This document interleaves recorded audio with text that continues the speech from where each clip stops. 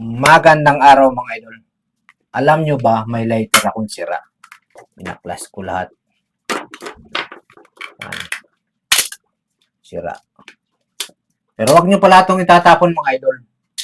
Kasi may nakuha akong kuryente.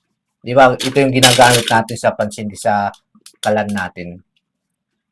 Effective na pansindi. Lalo sa mga gasol. Kita nyo to?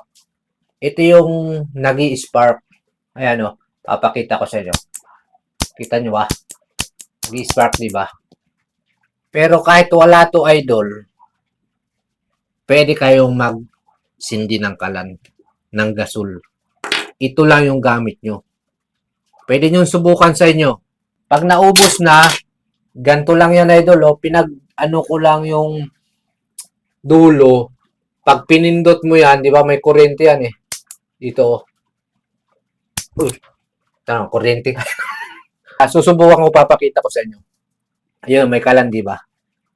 Sa likod ko. Ito lang gagamitin ko, idol. Ito lang.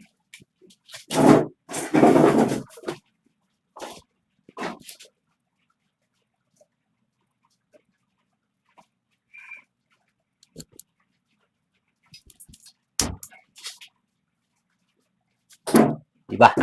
Kita nyo, idol, nagsindi. Buksan nyo lang ng mahinang-mahina yung gas stove ninyo. Tapos, kaaltisin mo to. Automatic, magsisindi yun. Huwag lang masyadong matagal nag-open na kasi maraming makakalabas na gas. Kailangan saglit lang tapos pindutin nyo. Ipapakita ko sa inyo, idol. Ayan, idol, di ba? Ayan, o. Papatayin ko muna. Ayan. Di ba? Patay na. Ngayon, buksan ko ng kunti lang, idol. Mararamdaman nyo naman yan kung may laman. Oh, di ba? Nagsindi. Mas maganda yata na ibalik natin, idol. Yung pinakadulo nung lighter, tinanggal natin. Ito yung pinakabakal.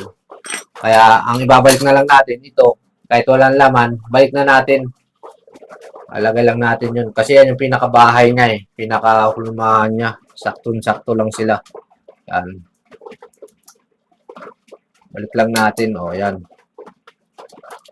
Ilagay din natin sa yan. O. Ilagay natin sa dati niyang bahay eh. Dulo nito, pasok natin. Binuhol natin buhol natin dun para buhol natin yan. Yan, ito na siya uli, idol. Oh. Pero wala nang laman yung gas. Try natin, idol.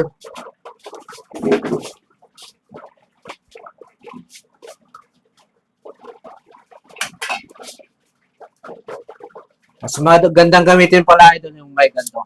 May hawakan. Ito lang.